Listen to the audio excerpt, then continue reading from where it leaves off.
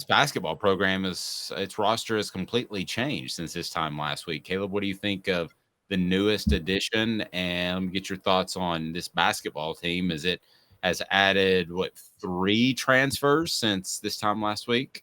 Yes, they have added 3 transfers. I was high on the first, not high on the second, and I'm high on the third. So the first was Jordan Gainey, came from USC Upstate. He is another spot-up shooter, 41% from 3. Perfect type of player to complement what Rick Barnes needs, given how awful the offense was shooting at times last year. Second player was a 6'6" Chris Ledlum from Harvard. No idea why Rick Barnes wanted him. That was evidence of Rick Barnes being another old school guy. Guy may have averaged close to 10 rebounds in the Ivy League. If you're going for big, take 4 rebounds off of that in the SEC. Just because he was a great rebounder in the Ivy League at 6'6" doesn't mean he's going to be that in the SEC, and he's not a good three-point shooter. So on Friday, just as we wrapped up our show and got ready for the weekend, I believe the name is pronounced Knecht, Dalton Knecht from Northern Colorado, or maybe it's just Dalton Knecht, Knecht. He is a 6'6" spot-up shooter. I am really high on him. I think him with Jordan Gainey and Santiago Vescovi returning, even though I got my issues with Vescovi, as y'all know, I think that this makes this team a much better outside shooting team than they were last year. And that's a big deal because that's the one thing they had to fix.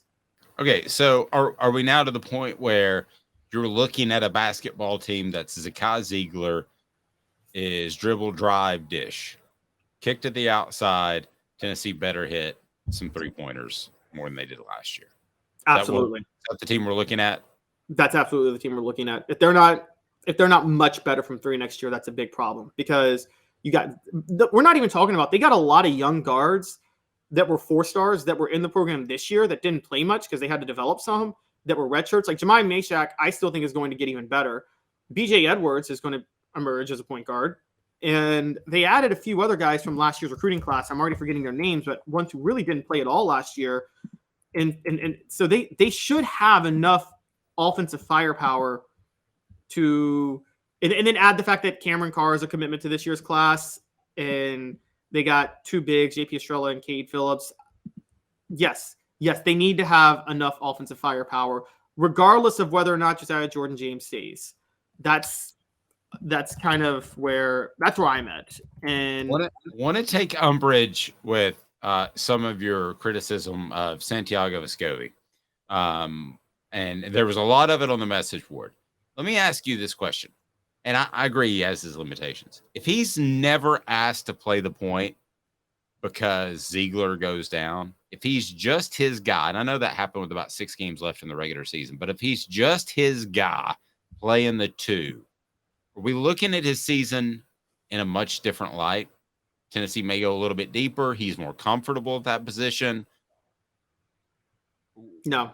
His issues were prevalent. So the question was, were you too hard on Vescovi last week? And the answer is a quick no. No, because I was doing this in the season before Zakai Ziegler got hurt. That's true. He was. So Vescovi was struggling and was an issue beforehand. So no, I think Vescovi, I need proof that Vescovi is mentally tough enough to handle the pressure. I don't know that he is.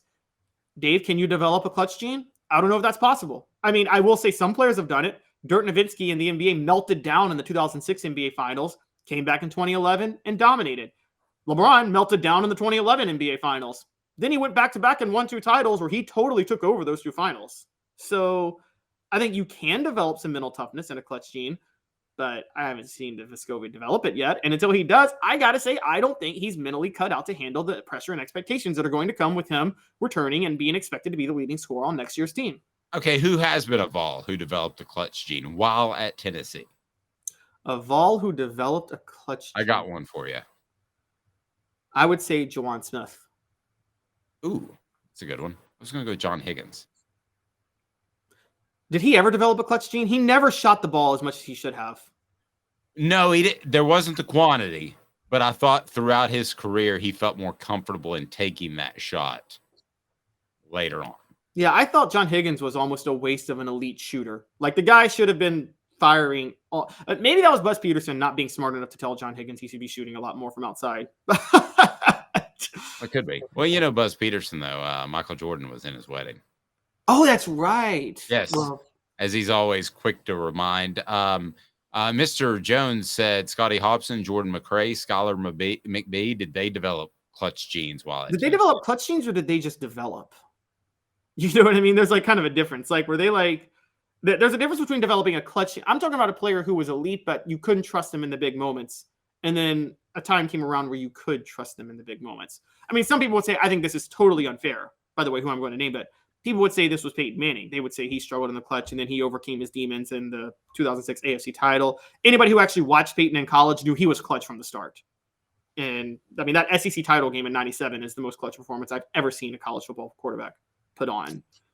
No, I don't think he had a problem with clutch. I think the entire program, when it faced Florida, had a problem with being tight. Yes.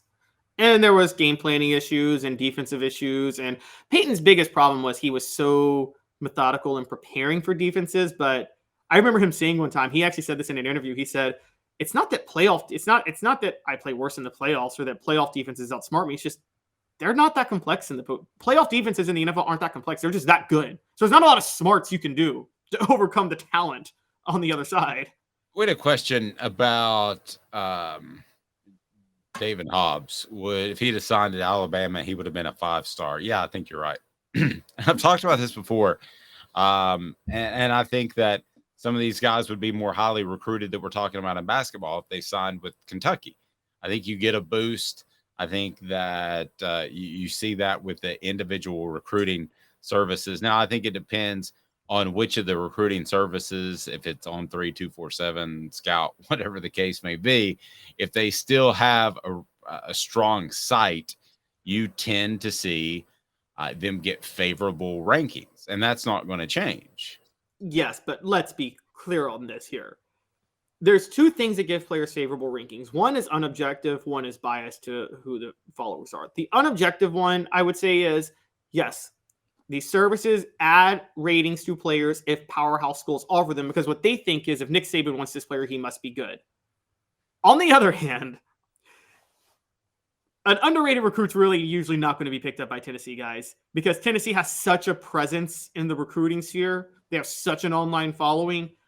I think a recruit's more likely to be overrated if they're signed by Tennessee than Alabama because Tennessee fans are much more online than Alabama fans are.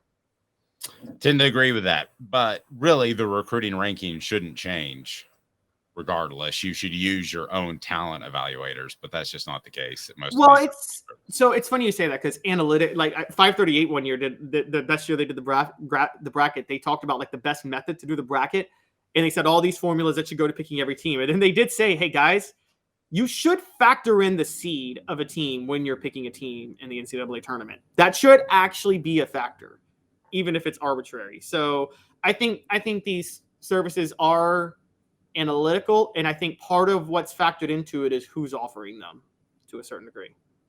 I agree, but if a guy picks Tennessee, which has a strong on-3 site over West Virginia, he shouldn't get an extra star just because he picked Tennessee. Yes, that's politicking because they would do it because of Tennessee's strong following. But if they're doing it with because Tennessee is a top 10 program and they're like, oh, if Josh Heupel's offering him, he must be good, then I understand that because I think that is part of analytically of how they break down these prospects.